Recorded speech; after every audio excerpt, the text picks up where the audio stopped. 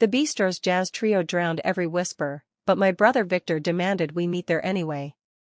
He slid into the velvet booth with his daughter Lila, her Yale envelope propped against the salt shaker like a coronation crown.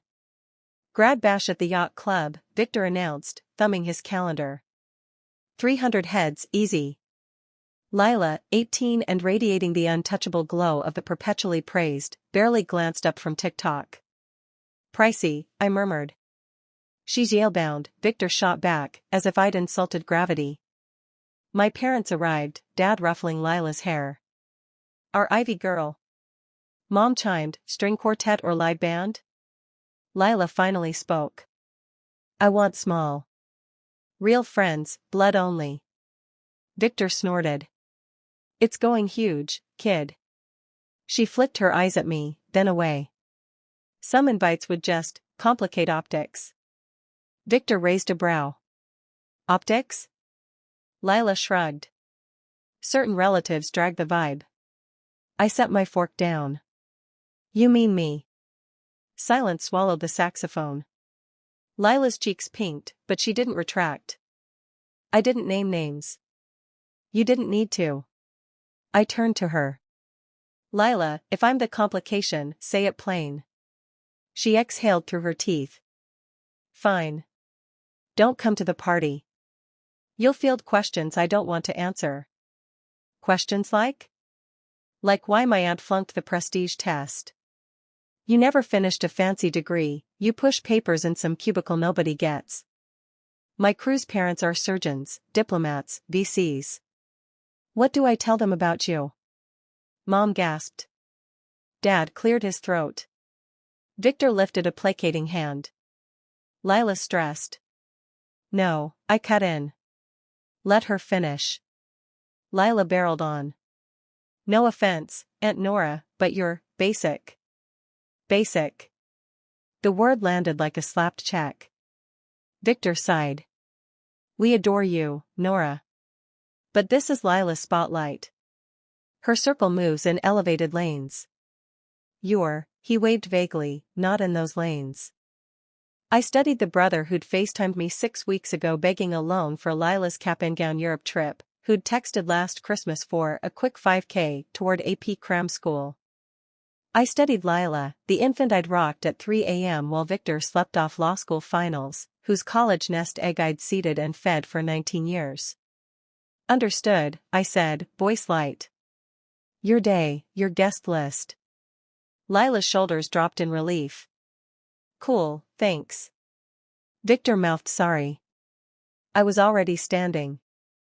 In the parking garage I opened the brokerage app. Subject, Lila Morrow Education Trust, Annual Statement. Balance, $418,000. My doing, $750 monthly at first, ramped to $2,000 once bonuses hit, steered into index funds.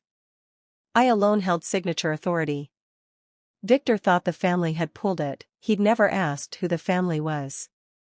Tuesday dawned radio silent. Wednesday at 11:17, Victor exploded through my office door, "Ty Askew. Yale's aid office just gut punched us. They need the trustees' guarantee by Monday or Lila's slot vaporizes." I swiveled from the floor-to-ceiling window. "Morning, Vic. Cut the games. They have your name as trustee."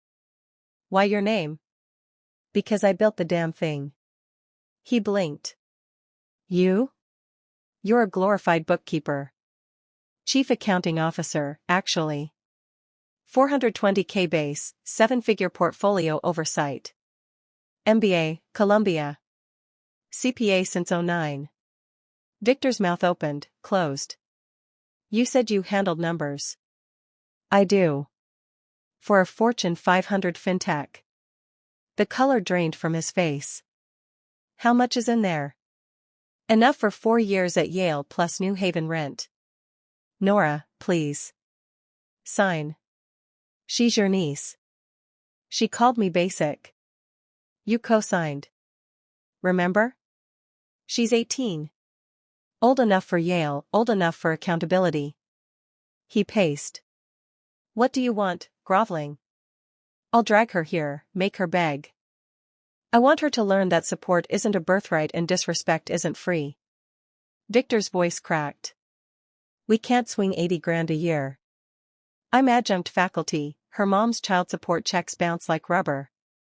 Then maybe choose humility over humiliation next time. I hung up mid-sob.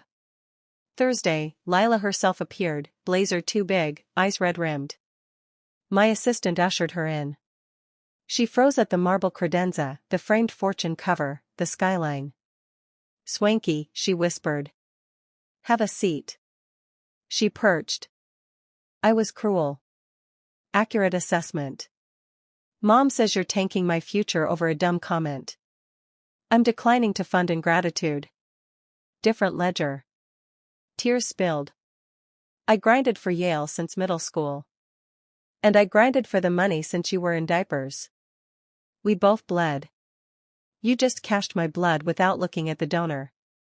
She bolted up. You're vicious. I'm solvent. There's a difference. Monday, Yale's deadline lapsed. The bulldog crest became wallpaper.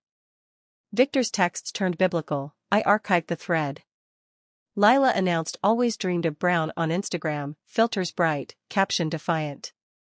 I mailed a graduation card, a crisp $1,000 check and a post-it. Intelligence isn't a logo. Respect isn't optional. Proud of the diploma, prouder of the woman you'll become when prestige stops blinding you. Love, your basic aunt. The trust still breathes at $418,000, locked behind my signature, accruing for a niece, or stranger, who might one day see the invisible hand that lifted her.